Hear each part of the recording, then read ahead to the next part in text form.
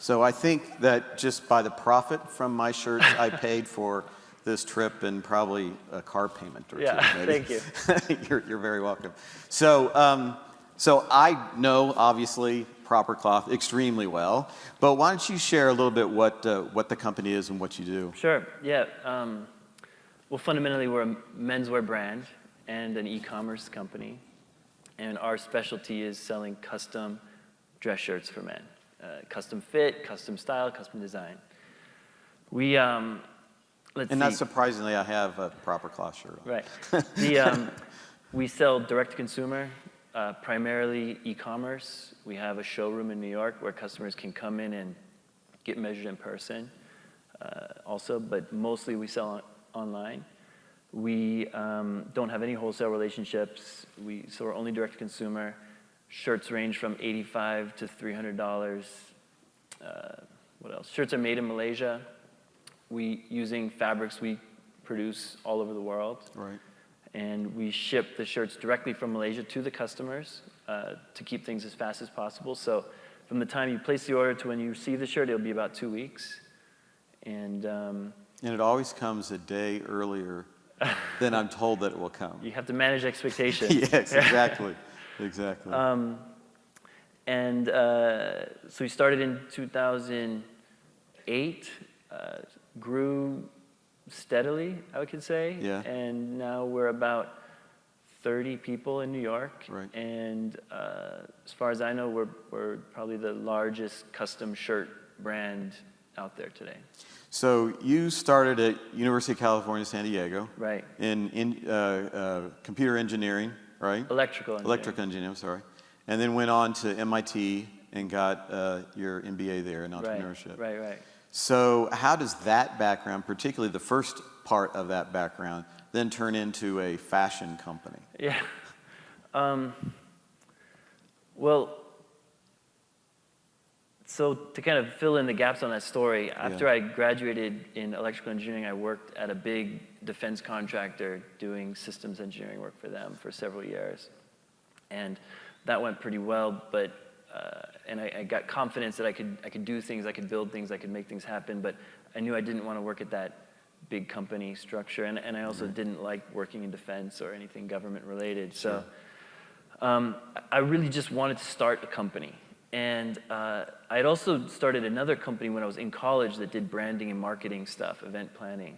Okay. And that had gone well, and I really liked branding and that softer side of business. And so then I went to business school, not sure what I wanted to do, but knowing that I wanted to start a company of some kind, I wanted to try and, I really sort of had something to prove. And that was after your stint at the defense company? This is after that, yeah. So I was in business school, and I was looking for some company I could start that, if it went well, it would have the potential to really grow and become something quite sizable. So I ended up doing internships in Asia that summer, and when I was in Asia, I got custom clothes for the first time, just as a tourist. Sure. Like, you're here, they're cheap. I'll take my host took me to get some shirts and suits, and I just remember thinking, like, what a great experience. Right. Before that, for me, buying clothes meant going to the mall and trying on 10 different things, none of which both fit me right or looked the way I wanted them to, or were a price I could afford. Right. But and ultimately just taking whatever was least bad. Right. And so it was a lot of work, and it never really gave me good results. So custom clothing for me the first time was just different. It was like you just told the guy what you wanted and you got it, and it fit great. And that was something that was not available, as far as I could tell, in the States. Right. So started kind of thinking about that idea. At the time, Gilt Group was really having a moment, and e-commerce was really getting momentum, and people were really starting to say, oh yeah, people will probably buy clothes on the internet eventually. So started thinking about this idea of custom clothing, e-commerce, how would that look? And one of the things that I really thought was going to be critical to make that work was that the supply chain, the manufacturing, the e-commerce, it's all very complicated. And so there's a lot of engineering involved to create those systems, create that logic, and make that software, just make everything connect and work. So I thought, hey, I think my background actually does apply here. Okay. And plus my side passion of design and brand is also going to be relevant Sure, here. absolutely. So ultimately, I felt that those two things coming together was a great match for what we're doing now. So you talked about the fact that, the shirts come from Malaysia, and when we talked earlier, you talked about the difference between, getting 100,000 shirts of the same type, same size, same everything, Yeah. and getting one shirt. Yeah. And how that's different in terms of supply chain. So Yeah. how is that different? Share that with us. I mean, it's just completely different, first of all. It's just the way you sell to the customer is different. The way we process orders is different. The way we interface with our factory is different. Fundamentally, most retail brands out there are, like you said, they're producing a lot of shirts. They're making a run, and they might make a few thousand of a certain style. And they'll work on that for several months, producing that, designing, and then producing those styles. They'll have them shipped to the States, they'll have them in stock, they'll have them photographed, and then they'll start to sell them. And then when inevitably they don't all sell well enough, they'll put them on sale and then put them through their outlet stores or whatever, and they'll kind of like go through this cycle. For us, we design a style, we won't buy 1,000 units, we'll buy maybe 100 meters of fabric that will go into that style. We'll stock that fabric at our factory, and then we'll make one, and we'll take pictures of it. We'll make it look nice so that people can visualize how it's going to look when they buy it. And then we'll launch it via the website, and we'll track how well is it selling, how's the feedback on it. Is it moving quickly, and do people love it? Those are the two things we're looking for. Okay. And if those two things check out, then we'll buy more fabric, and we'll keep it going, and we'll maybe accelerate it. So we're going into it with no inventory risk except for some fabric, which is much easier to manage. Sure. And it's just a much more incremental way of going about selling product. Now, how long do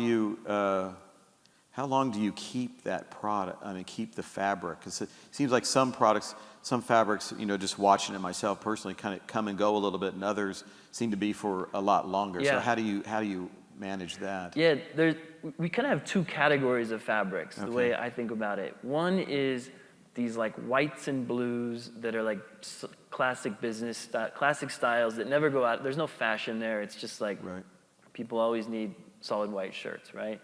And then you have this other category, which are like seasonal stuff. It's, in the summertime, it's linens and lightweight fabrics. In the wintertime, it's flannels and plaids and things like that. And we look at those two categories of products differently. For the seasonal stuff, we will often intentionally discontinue those fabrics towards the end of the season. Okay. We don't necessarily want to sit on a bunch of flannel fabric all summer till next fall. So even if you felt like you had enough to keep continuing for a little while, you would we're cutting it here regardless? No, we have flexibility, Sure. and one of the cool things about e-commerce is you have unlimited shelf space, so to speak. It's not like, oh, these things are taking up too much room in the store, we have to get rid of them. It's like, oh, you can have 1,000 styles available on the web, and people can, so that's not a problem. But we would see that they would start to slow down in the number of orders you get for them over the summer. So you try to manage that so that those more or less finish off towards the end of a season. Okay. And then the next season, you might restock them, or you might redesign things similar and kind of riff on them and create a new style. Now on the other side, you have the classic whites and blues and those things that never go out of style. There, we're very much trying to just make the absolute best product we can. Sure. And so what we're doing is we're looking at customer feedback very, very closely on that. So like say we have a white pinpoint fabric, and obviously the whites sell a lot of shirts, right? So you start to get a lot of feedback. So we might have 1,000 reviews on this white pinpoint fabric, and we can say this white pinpoint has a 4.65 rating out of 5. Right. We won't hesitate to add another white pinpoint fabric that's a slightly different weight, construction, something about it. Maybe the finish is different. And then we'll look, is this getting a higher rating than the existing white pinpoint or a lower rating? And if we start to feel like we have a new winner, we might say, okay, let's start to discontinue that other one because this new one's incrementally better. And we've gone through several rounds of that with our classic fabrics. And it's been a really cool way where we can incrementally increase the quality of the product using very quantitative feedback. Right. And I think, honestly, I think that's something that I don't think Nordstrom's has that data. I don't think any big retailer is able to do things like that. And it lets us really make smart decisions and improve the product. And well, you're incenting the customer to do that a little bit as well. Oh, for the feedback? Yeah. So we Yes, I do. one of the unique things we do that I don't think many other brands do is we give customers store credit for providing us feedback. So we really want that feedback, and we value that a lot. Right. So I wanted to go back just a little bit back to Malaysia a little bit, and the companies that are for the big brands, the big retailers that are doing the 100,000, 200,000, is that the same vendor that you're going to create these made-to-order shirts, or are they different? And if they're different, how are they different? So we work with a very sophisticated partner in Malaysia for made-to-order. I think they're probably the best, most advanced partner out there. They also do a lot of ready-to-wear clothes. So there's a lot of overlap there. There's a lot of other factories spread around Asia and Europe that do ready-to-wear clothes, but don't do custom. So it depends. Okay. Is the process, is the actual process of making it the same? Oh yeah, let's talk about that. So the unique thing is every shirt we make is totally unique. It has unique fabric, it has unique collar style, unique buttons, and it also has a totally unique size and fit. And so when we submit an order to the factory, we are submitting them, essentially it's an XML file that has all of these different parameters for the product. Right. And we've built a system with them where they can import that XML file into their system, and it automatically will populate into their system and kind of lay out how this specific shirt is going to be sewn. And so the size parameters will be used. We'll go into a CAD system, which will automatically generate the unique shapes of the sleeves and the body and the collars specific for that customer's fit. Right. And then they'll pull out the fabric. It'll be robotically cut in for that exact person's fit. And then it will go down a sewing line that's actually quite similar to a more mass production sewing line, in the sense that you have someone sewing a collar together, you have someone sewing a sleeve together, you have someone attaching a sleeve to a body, and it kind of goes down this line. But that line is specially trained to handle, which is a little more complicated, because not every collar that comes down is the same, and not every fabric is the same. So it requires more training and a more advanced sewing team. So, but fundamentally, the actual sewing part is quite similar to bulk production. And then at the end of the line, you have also a unique, because every shirt is now going into its own box, ready for its end customer. I got one of the boxes there. Oh, that was familiar. Yeah. And so that's also kind of a unique part of how the supply chain works. Now, one of the things that I had maybe a little bit of trepidation at the beginning was, putting in my height and weight and shoulder slope and whatever, and having that turn into a shirt. And honestly, outside of the collar that I'd mentioned was just the first one, I just picked the wrong collar. It fit perfectly. So, how do you do that? What's the magic behind that process of just asking whatever the few questions that you asked that turned into a really well-crafted custom shirt? Yeah. So this was one of the initial problems that was like, if you're going to sell custom fit clothing online, how are you going to get someone's size right? This was a fundamental problem. Right. And, there's lots of ideas. Well, people will send in a shirt and you'll copy it, or you'll send them a measuring tape and they'll measure themselves at home, or you'll send in a tailor to visit them at their office and he'll fit them, or, you have all these different ideas. We eventually developed what we call smart sizes, which is what you're talking about.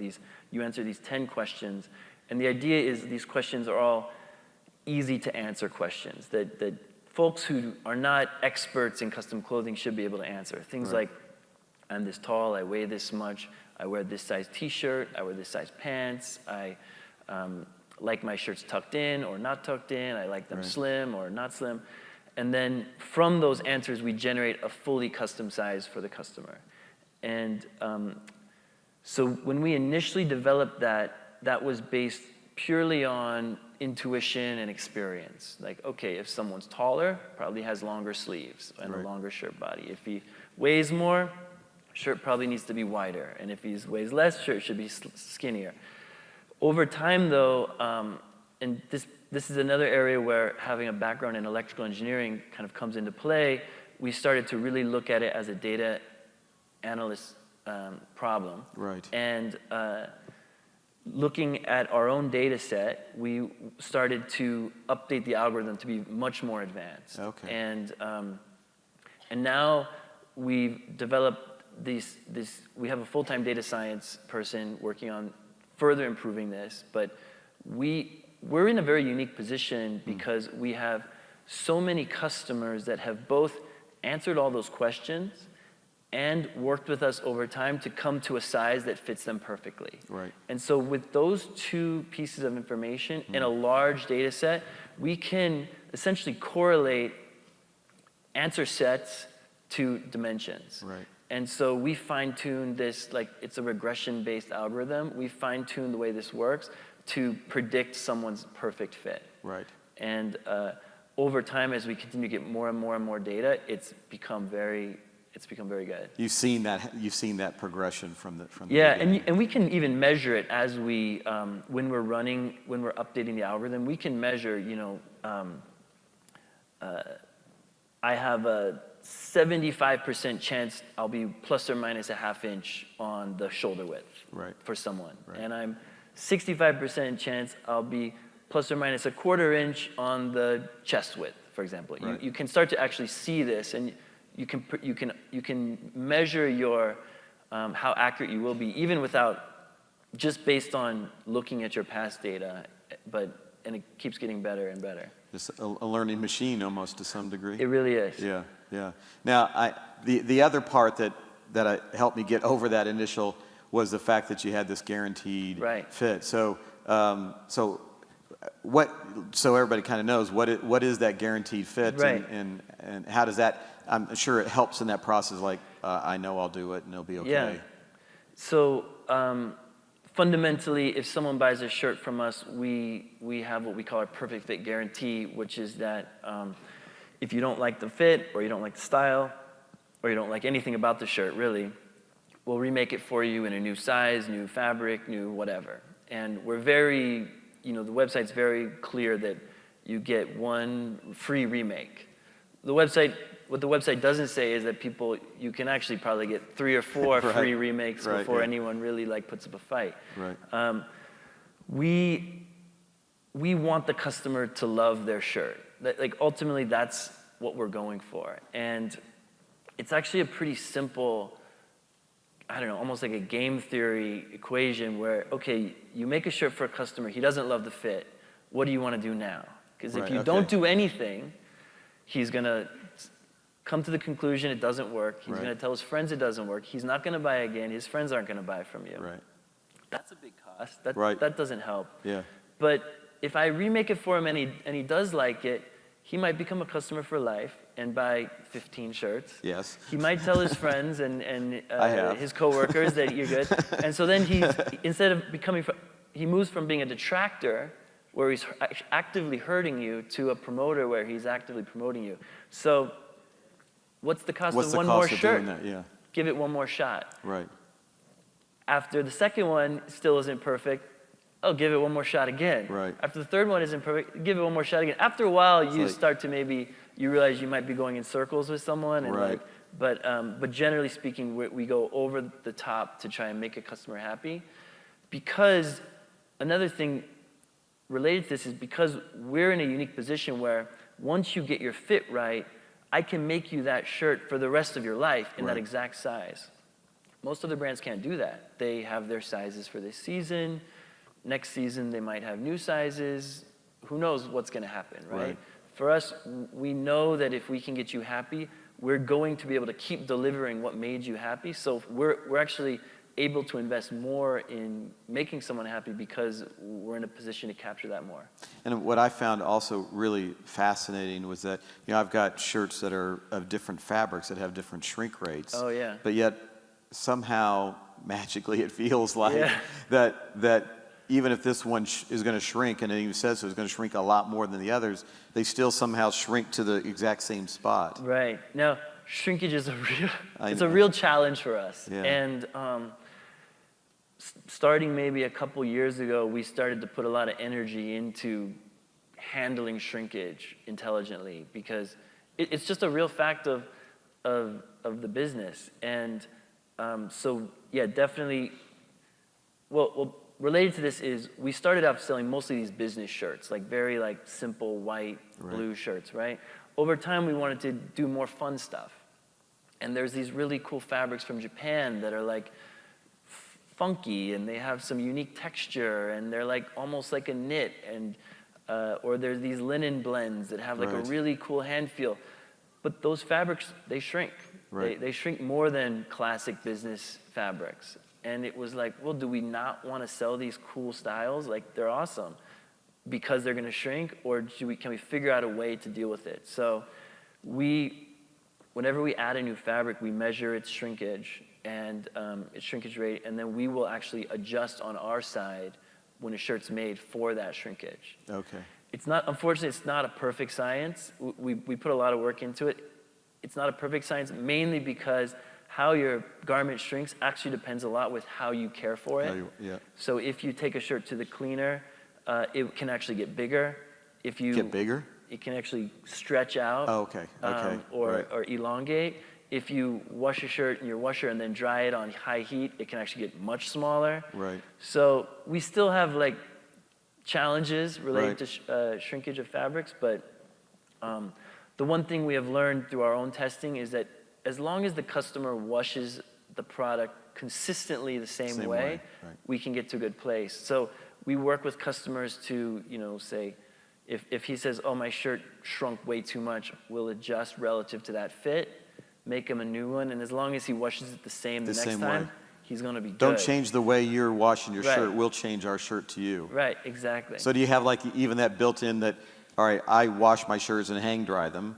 So is that in my algorithm that Scott does that and somebody else will wash them and put them on high heat? That level hasn't made it to the algorithm yet, but to be honest, it's something we've discussed. Okay. All right, good. So where does Proper Cloth go next? I mean, I know you've been pulling in some other things, some jackets and some vests and so forth, and I know you're talking about bringing in some pants and so forth. Yeah. Where is this going? Well, I think fundamentally we have a huge opportunity ahead of us for custom shirts. Right. We have maybe 100,000 clients today. I think we could have 1 million clients. Right. So fundamentally, we're working hard to get the word out, to use advertising and marketing to kind of spread the word about what we do and increase our awareness. I saw you on. Were you on ESPN now? Did I know? Yeah, we're doing a lot. We're doing a lot of things, and so yeah, we're doing radio and podcasts and lots of online, Facebook, Google sort of digital marketing to get the word out. Right. Beyond that, a big initiative we've been working on quietly for a long time, or for a year or so now, is custom suits and jackets as well, which we see as a big opportunity. And we're essentially trying to take what we've learned doing custom shirts and the process and the underlying technology that we've built that has allowed us to become really great at custom shirts, and we're trying to translate that for custom suits and custom jackets. Essentially, though, it really is building a whole new business all over again from scratch. So it's an ongoing process that we're getting closer to launching, but definitely within the next couple months, we'll have a made-to-order suit and jacket product that we're excited about. Great. I mean, I'm in Arizona, so I may not be a big purchaser of that, but certainly I will continue to be of your shirts. So before we take some questions, so if you do have any questions, go ahead and start lining up for for Seph, but I've got our last 5 questions for you, which let's see if you.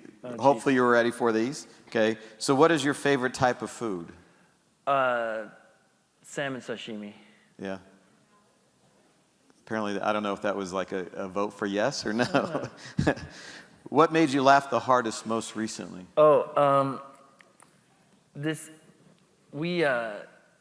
We were just, last week we were in Scotland doing our fall-winter campaign shoot, and there was this moment where we were out like in the middle of nowhere on the southern coast of the Isle of Skye and at this castle that's like ruined on a cliff, and no one's around anywhere, and we're on this, it's like a grassy hill, and it rains all day, every day in Scotland. And so we're doing this shoot. It's a stunning location. We're in the middle of nowhere. It's amazing. And we're running around, and we had a video crew there doing like a behind-the-scenes video that we launched. It's kind of a fun part of our brand. And there was this moment where someone picked something up, and this bag, like kind of plastic bag, sort of flew up and like started to blow towards the cliff and like was going to go into the ocean. And my immediate reaction was, oh no, we're in such a beautiful place, we can't let this bag like pollute the ocean. So I like sort of sprinted to get it, but the ground was so slippery, I literally just completely fell on my face. Face plant? Total face plant. Excellent. And no big deal, but turns out we got back, the drone operator had recorded the whole thing. Excellent. And like had made the video so we could watch it on repeat. Like, so is it, just now is that going to be in the falling. behind-the-scenes piece? It might make the cut. Yeah. Got to put some of that in but there. There's something funny about watching yourself fall face first, feet come up, and then get up and then do it again. And, it was pretty fun. Classic. Thank you. So what book would you most recommend? I'm reading a book right now that I really like. I forget what it's called. It's about Genghis Khan's life and the rise of modern society or something like that. It's fascinating. Is it just about Genghis Khan, or is it about several different? It's about Genghis Khan's life, and then I think the life of his children. I haven't finished it yet, but I'm tearing through it. It's fascinating. It kind of like how this like how humanity evolved from these kind of tribal, people living on the plains separately into like more of a full-fledged society. Okay. I think there's a lot of insights to leadership and power and sort of success that come through that in a like really timeless way. So that's a good book. What is the one thing you've never done that you'd really like to do? Run a marathon. Yeah? Yeah. Well, Jeff Denby's running a marathon in New Zealand, so. I'm not ready right now, but. Okay. I'm just saying, maybe. Then what title of a real movie best describes your life? I have no idea. Mission Impossible? Yeah? I don't know. Fair enough. Well, thanks, Seph. Okay. So, do we have any questions for Seph? I hear some whispers.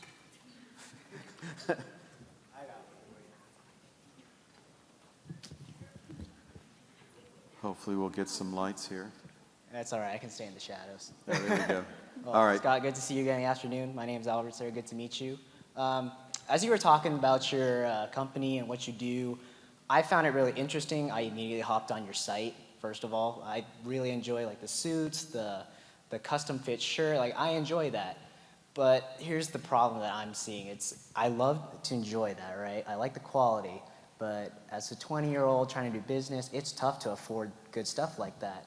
So I guess my question to you is to kind of further help reach people, say like me, who maybe not have made it to that level of, income yet to afford nice stuff like this, but he still wants to look the part without, on your end, sacrificing quality. Because I've seen some subscription services where they do these like, they send you like different outfits for you to try, and they're formal wear to casual wear, but I found that it lacks quality. The quality just, quite frankly, sucks. So how would you kind of propose to reach a market like me where I like to dress up, I like to wear nice suits, custom fit to me because I'm a little bit on the smaller side here, but without sacrificing your really lovely quality here? Man, I don't know. Sounds like a great company. It's tough to get really, truly high quality at a really low price. Like, usually something's missing, I think. And when we first started, I was actually right out of school myself, so having the product be very affordable was a high priority for me, and I thought that was necessary.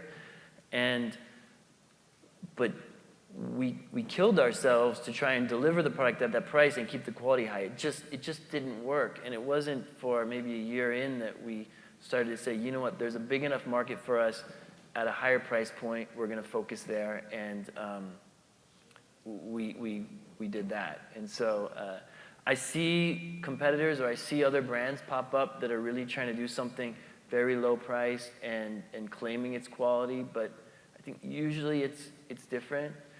I guess, like, for you personally, if you're willing to put in work and energy for something, it seems like you can buy nice stuff, you can find deals, you can buy nice stuff, and you can have it tailored. And I think that's probably the best advice for someone just in school or just out of school who's like really trying to get a good deal and look sharp, but can't afford to go full custom.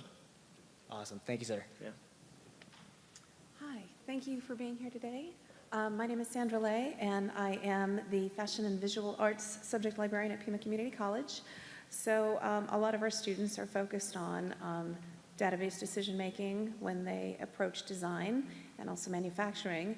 And to that end, I'm curious about all the reading I've been doing on Made in America coming back, manufacturing coming back to the United States, and also the future of sobots bringing manufacturing back to the States. So I'm wondering if any of that is on your radar. What was it, of sobots? Sobots. Sobots. Sobots, yes. Robots that sew things. Exactly. Okay, yeah, so as far as Made in America clothing coming back, when we started, we made all our shirts in the States. First with the factory in North Carolina, and then with the factory in New Jersey. And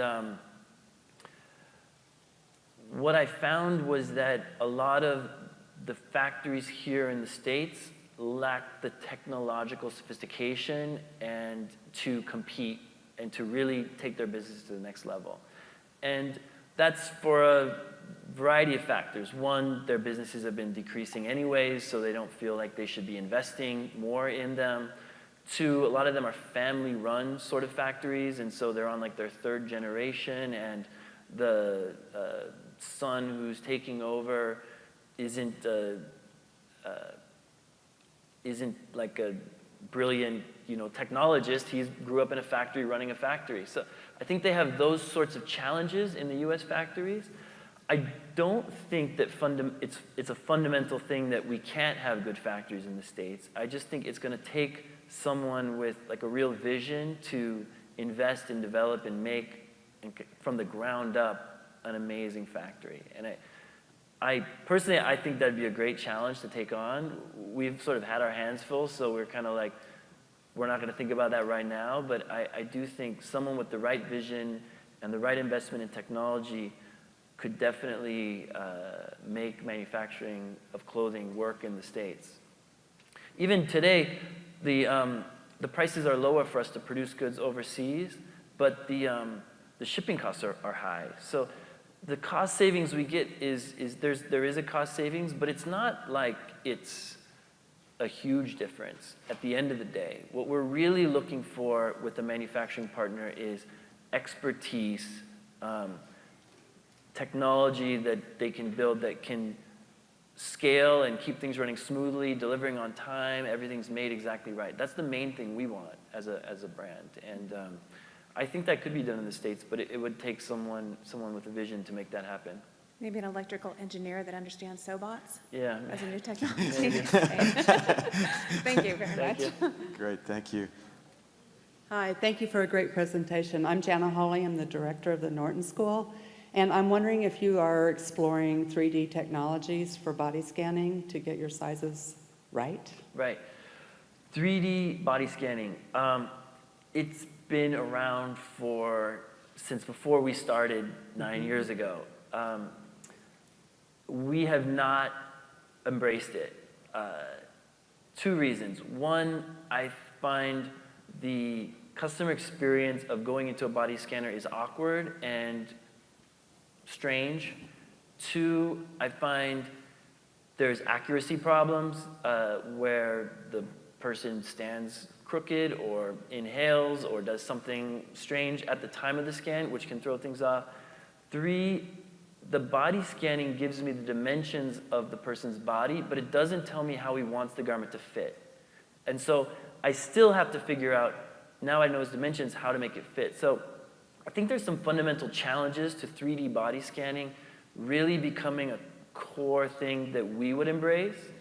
That being said, I think it's going to eventually happen. I think one of the really interesting things was that new iPhone X has this depth camera, right, which can actually measure depth, something that existing cameras couldn't do. There's been a lot of people trying to make normal photo cameras be able to estimate dimensions of an object, but I think those technologies were sort of error prone.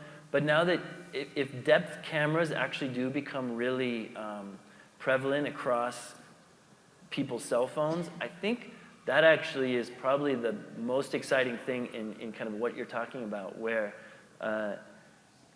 you will be able to kind of hold a camera in front of yourself or stand in front of it and get a really accurate measurement of who you are and what you are. We still got to figure out how you want the clothes to fit now that we know your size, but I think that could actually really contribute something to help us. So that was going to be my follow-up question. Fit is such a personal concept. Yeah. And are you taking a questionnaire to get to that information? Or do you get to choose an athletic fit or a slim fit or a regular fit? Or how do you determine what the customer wants, how they see fit to be for that person? Yeah, so one of the interesting things about our questionnaire algorithm is that we're actually not trying to predict the dimensions of someone's body. We're trying to predict the optimal dimensions of their shirt. So we're taking all of the data about their height and their weight and as well as their preferences for fit and do they tuck their shirt in or not. We're taking all of that and we're correlating that to the end shirt dimensions.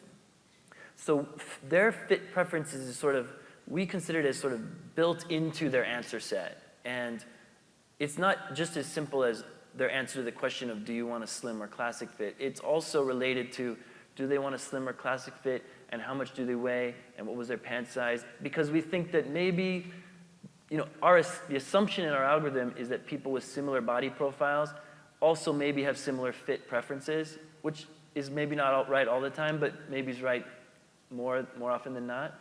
So we're using all of the answers plus their fit preference answers to predict their perfect fit. And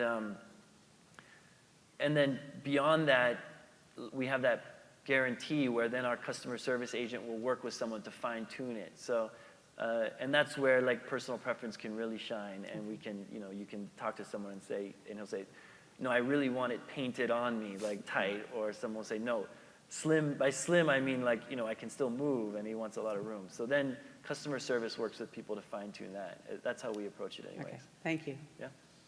One last question. I have a question about the millennial generation, which all of you seem to be. First of all, the prices are very high. My generation was not going to pay those. Do you think that the new millennials are looking for buy best, cry once? Buy what? Buy best, cry once. Buy best, Cry once, instead of buying 5 at $30 each and crying each time it falls apart. Old Chinese saying. But buy best, cry once. Is it the new thing for millennials? Is that what's coming up? I mean, the $400 shoes and $440 shirts and $10,000 couches. It's a little bit of a different paradigm than I'm used to at my age. Yeah, no, I get it. I think there's a customer that wants it done right, and that's what matters, and and they're willing to pay for that. I think that's just what it comes down to, is I value my time, I value my appearance. I don't have time to go to the store and like fuss around with this stuff anymore. So I'm willing to pay a premium to just get it right and look great and not have to worry about this part of my life anymore. I think the millennial customer is starting to value time more than money, or in some ways, and I think that's kind of where the value's at. It's like, maybe it's like you said, it's cry once instead of cry 5 times. Thank you. All right, thank you. Thank you very much, Seth. Let's give him a big round of applause. Thank you.